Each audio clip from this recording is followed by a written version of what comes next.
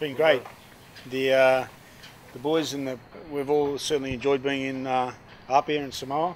Training's gone well, but the people of Samoa couldn't have treated us any better. It's been fantastic. Given this low-key profile that you guys are trying to, so what's your take on that? Or what's the real message on that? This is the time to work hard and prepare. It's not the time to be out and about and you know, in the media.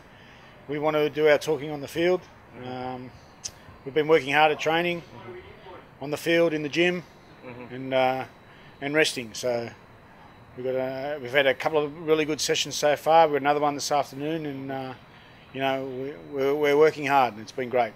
Yeah, it's exciting. We've you know, got some really exciting young talent coming through, but also we've got some real experienced campaigners that are with us too. So it's a really good mix.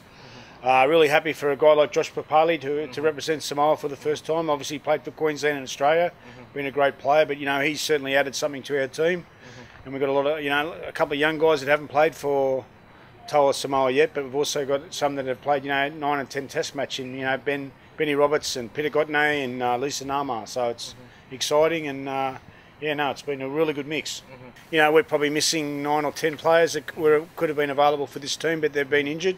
You know, and that's unfortunate, but it shows the how far we've come at Toa Samoa, that, you know, we can have that many players unavailable, yet still field such a powerful and strong squad. And, you know, I've got no doubt that, you know, with the team that we got, if we can play well, we'll compete very well.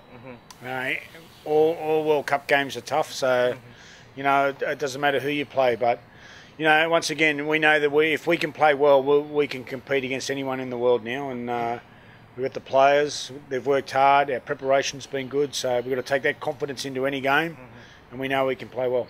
Do you have a message for the Samoan supporters around here? Get behind the Toa, because we need your support, and I'm sure you'll be proud.